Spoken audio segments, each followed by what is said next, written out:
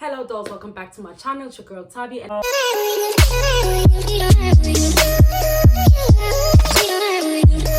I'm back with another exciting video. If you're new to my channel, please don't forget to like, comment and subscribe.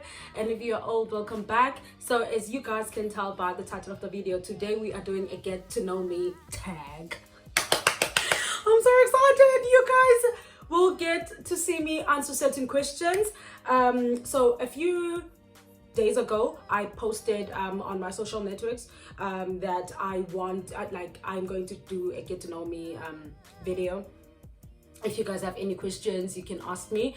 And yes, I have questions down here. Yes, I'm old school like that. I write things on paper because I was literally those students that used to study by rewriting the whole entire textbook so that they can remember what they studied the entire exam, or else I will forget everything if I don't write it down. So yeah, that's why I wrote it down. I have all your questions and I will be eating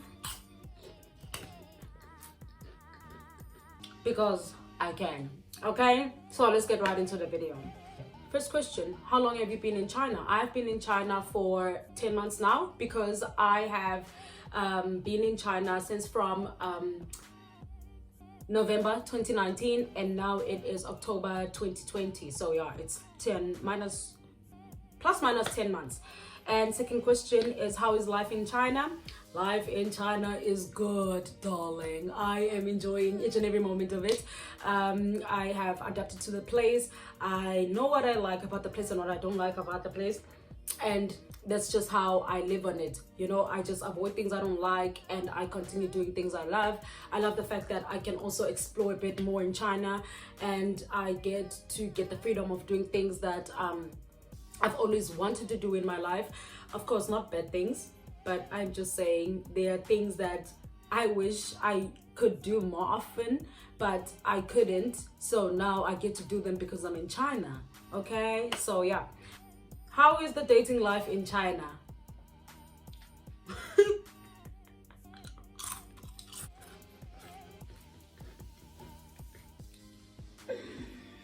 Let me think.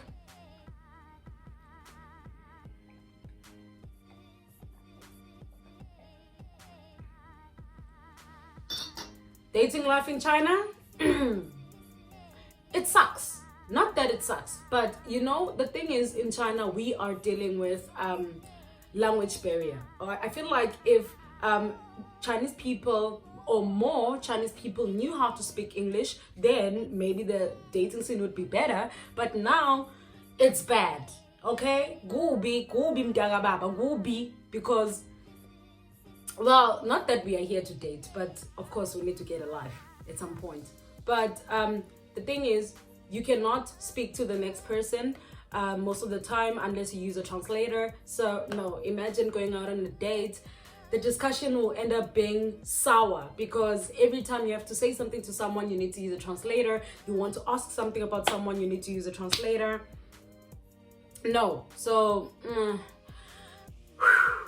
it's okay for people that know how to speak Chinese to a certain extent, or if you're lucky enough to find locals that can speak English, then that's much better, which is like what, 0.0.0.1%. So hey, it's bad. Next question, how old are you? I am 20. Oh, I just turned 23 in June. So yeah, I'm 23 years old.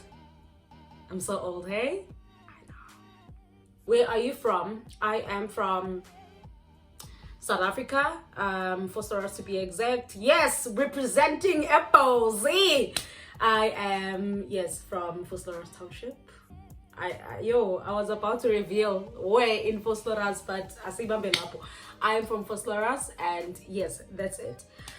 What did you study? I studied Bachelor of Social Sciences, and I majored in criminology and psychology, and then I did an honors degree in criminology.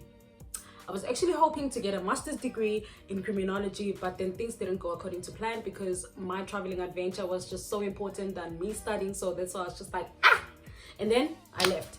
So yeah, but I'm still hoping to pursue that because one day I want to be Dr. Talese. That would be nice. So I haven't forgotten about that.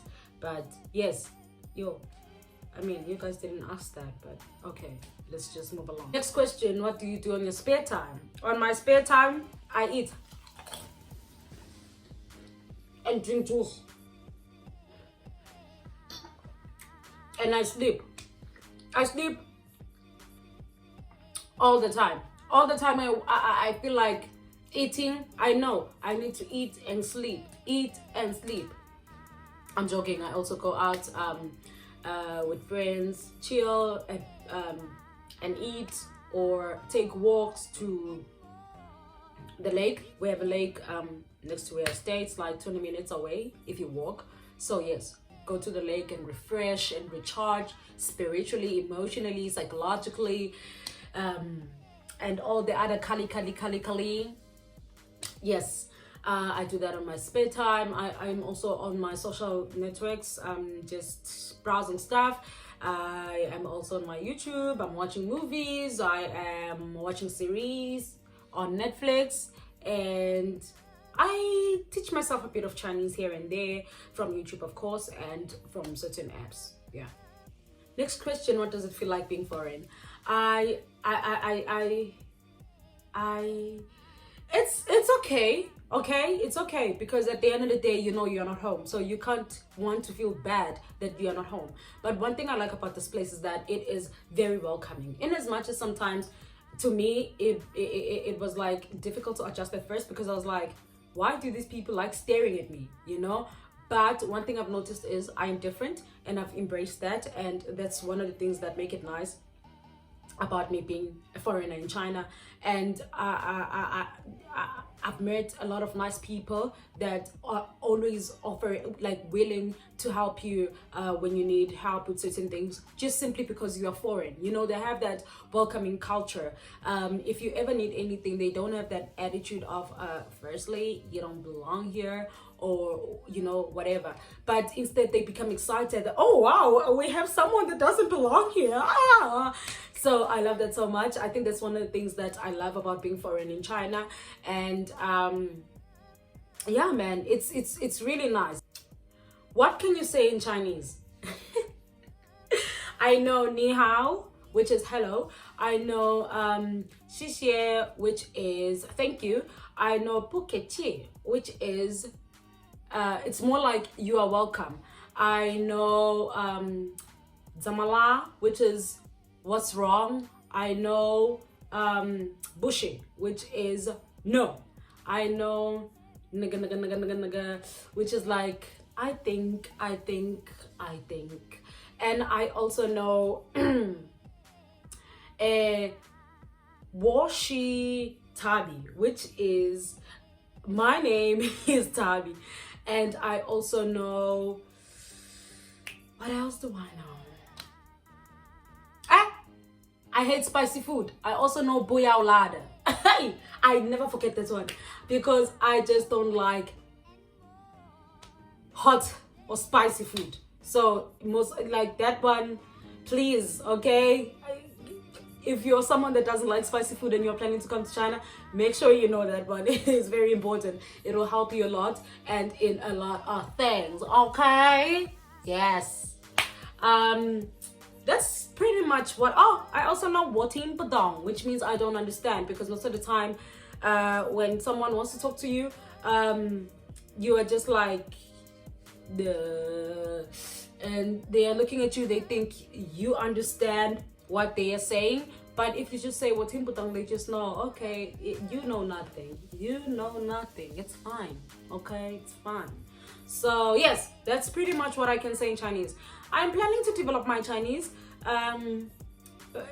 but you know, as time goes on, man, I am sure I will get there. I will eventually get there. All right, next question. What do you like about China the most? Safety. I love safety about China. I mean, I can literally take a jog to the lake at 4 a.m., 3 a.m. or 2 a.m. that is something you can never do in South Africa, sweetie. Okay. Next question, will you ever come back home? Yes, I will. To visit, of course. Yes, I will eventually come back to China. I will eventually come back home. China? Home? Oh, I meant home. I will eventually come back home to visit, of course. I haven't decided if I will ever come back home or not. But yeah, at this point in my life, yes, of course, I would come back home to visit. What has changed about you since you have been in China? A lot has changed about me ever since I've been in China. I've realized that my self-confidence, number one, has really increased, which is something that I really love, because I was a person that had problems with confidence. Not necessarily that I had like insecurities and stuff, but you know, I had problems with confidence. I don't even know what I'm trying to say. But now, you know, it has changed a lot. My confidence has increased a lot. I think it's also the fact that now, because I have been in a place where I get to work with standing in front of people and being able to voice out. I love that, you know, present certain ideas. I mean, as a teacher, you are not just preaching, you are presenting ideas, you are instilling certain ideas in someone's mind, you are teaching them and you are impacting them in a very positive way. So that has really like shifted my power when it comes to positivity, or me being a very confident person, because before I used to think I cannot stand in front of people and talk. I don't want to be a person that wants to be out there, you know, and let the spotlight be on them. But now I've realized that, you know what, I am the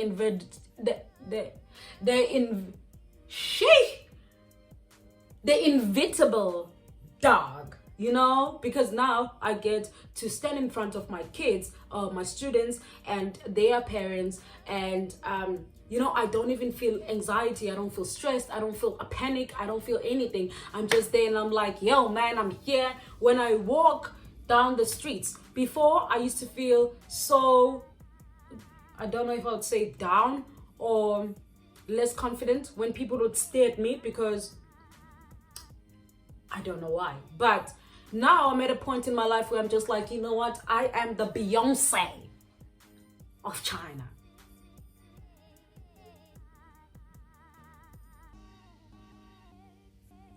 I don't even know why I said that. But yes, that is how I feel. I feel like I'm the Beyonce of China. So I walk. What I'm trying to say is, now what has changed a lot about me is my confidence, period. Oh my God, let's just stop about this Beyonce thing. Oh, do you understand Chinese? Yes, I do understand Chinese, because every time when someone speaks, I look at them. You can tell by their facial expressions, you can tell by their emotions, but sometimes because you hear a lot of people speaking Chinese around you, certain words stick to you and you can understand certain things. So yes, I can understand certain things. I might not be able to respond, but I can listen to a conversation and be like, okay, I might have an idea of what is being spoken about here, or if the situation is a happy situation or if the situation is a bad situation, I can tell. So to a certain extent, yes, I do understand Chinese. Okay. Next question. Do you eat using chopsticks? Yes, pretty much everything. Even rice, you eat it using chopsticks. Like, I mean, I've mastered it because I had, like, guys, Yazini, using chopsticks for me was a difficulty when I first got here. I remember when we would go out and in most Chinese restaurants, people use chopsticks, so they just have chopsticks. And when they order food and you're like, can I have a fork? They look at you with that, mafigizo. But now I'm just like, yay. When sometimes I'm just like, I'm even shocked at myself when I eat with those chopsticks. I'm like, hey, me, because it's a difficult skill. Okay, it's a difficult skill that you can master. I know I'm not the best when it comes to chopstick stuff, But what I'm saying here is, the moment you know how to use those chopsticks and pick something and hold it for more than 10 seconds without dropping it on the floor or without your chopsticks like going all over the place, yazini, you've achieved the ultimate goal of eating. Especially because I love food. So I need to make sure I know how to use most things. So those are the questions that most people were asking me. Thank you very much for tuning in. It is what it is. If it ain't it, then it wasn't it. All the way from China. I love you. Please don't forget to like, comment, and subscribe, and tell your friends to tell their friends and their friends and their friends to tell their girlfriends, their boyfriends, their mothers, their sister to come and join the family. Okay, till next time, bye bye.